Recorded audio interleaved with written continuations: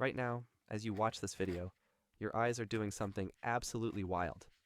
The image hitting the back of your eyeball is completely upside down, flipped, inverted, and somehow, your brain is taking that upside down mess and turning it into the crystal clear, right side up world you see around you. But that's just the beginning. Your eyes are packed with over 126 million light sensors. They can detect a single photon in total darkness, and your brain processes what they see in just 13 milliseconds. Your eyes aren't just cameras, they're the most sophisticated imaging system ever built. So let's pop the hood and see how they actually work. Light is the starting point of everything you see. Photons bounce off objects, zip through the air, and slam right into the front of your eye. The first thing they hit is the cornea, and this is where the magic starts. The cornea is a clear, dome-shaped window that does something incredible. It bends and focuses light before it even reaches your lens.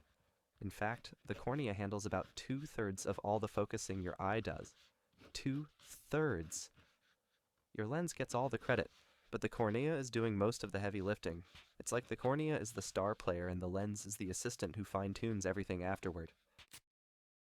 After the cornea, light passes through the pupil, that black circle in the center of your eye. But here's the thing. The pupil isn't actually a thing, it's a hole. That black dot is literally a gap in the iris, the colored part of your eye. And the iris is basically a muscle that controls how much light gets in. In bright sunlight, it squeezes the pupil down to about 2 millimeters, tiny like a pinhole. In a dark room, it opens up to about 8 millimeters, letting in as much light as possible. Your eye is constantly adjusting this aperture faster and more precisely than any camera ever made. Now the light hits the lens. If the cornea is the star player, the lens is the precision engineer. It's this flexible, transparent disc that sits right behind the iris, and it can actually change shape. When you look at something far away, tiny muscles around the lens pull it flat and thin. When you look at something close, like your phone, those muscles relax and the lens bulges out, getting thicker and rounder. This process is called accommodation, and it happens so fast you don't even notice it. Your lens is constantly reshaping itself dozens of times a minute as your eyes dart around the room. Here's where it gets really interesting.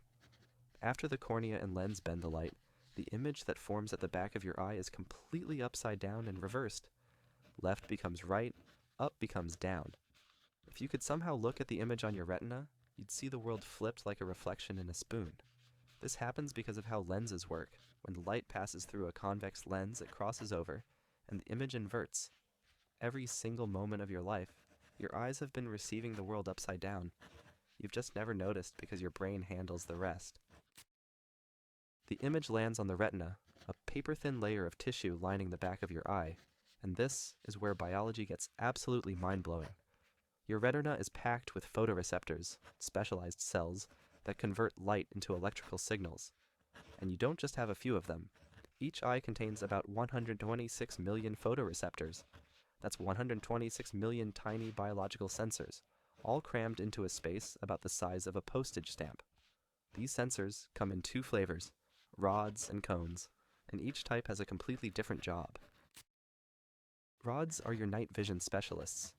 You have about 120 million of them, and they're incredibly sensitive to light. A single rod cell can actually detect a single photon, the smallest possible unit of light. That's almost unbelievably sensitive. Rods are what let you navigate a dark room, see the outline of furniture in the middle of the night, and spot movement in your peripheral vision. But here's the trade-off. Rods can't see color. Everything they detect is in shades of gray. That's why when you're in a really dim room, everything looks black and white. You're seeing the world through your rods alone. Cones are your color specialists. You only have about 6 million of them, way fewer than rods, but they give you something rods never could. A world painted in full color. Cones come in 3 types. One type is sensitive to red light, another to green, and a third to blue. By mixing the signals from these 3 types, your brain can perceive roughly 10 million different colors. Just 3 types of sensors, creating 10 million shades. But cones need a lot more light to work. That's why colors look washed out at dusk and disappear completely at night. When the lights go low, your cones shut down and your rods take over. Now here's something wild.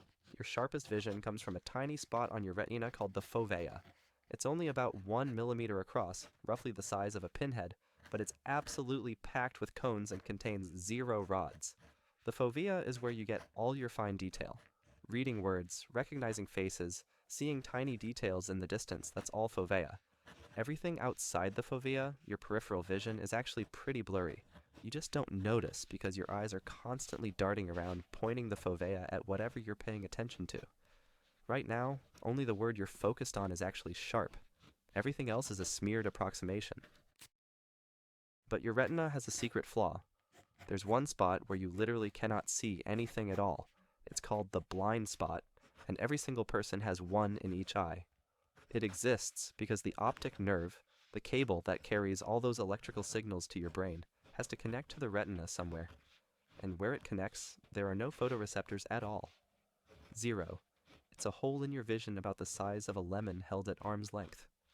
So why don't you notice a big dark patch in your vision? Because your brain quietly fills it in.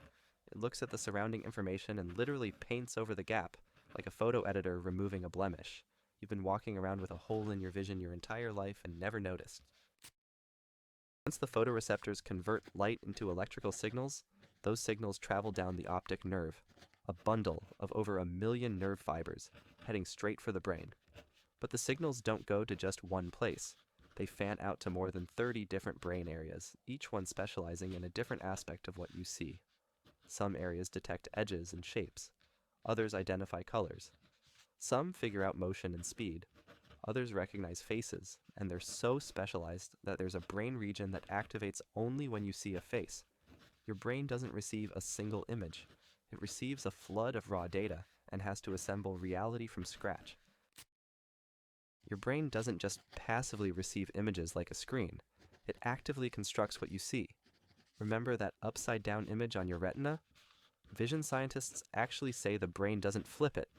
Instead, your brain builds a completely new representation of the world using patterns of neuron firing across dozens of brain regions. It's not rotating a picture, it's creating a whole experience from electrical signals. In the 1890s, a psychologist named George Stratton wore special goggles that flipped his vision upside down.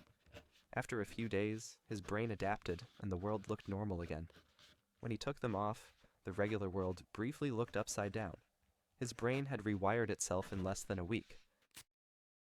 Here's something you probably don't realize. Your eyes are never still.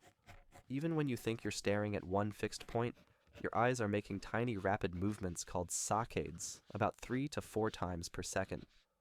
Your eyes jump from point to point, sweeping the fovea across whatever you're looking at, and your brain stitches all those snapshots together into one smooth, stable image.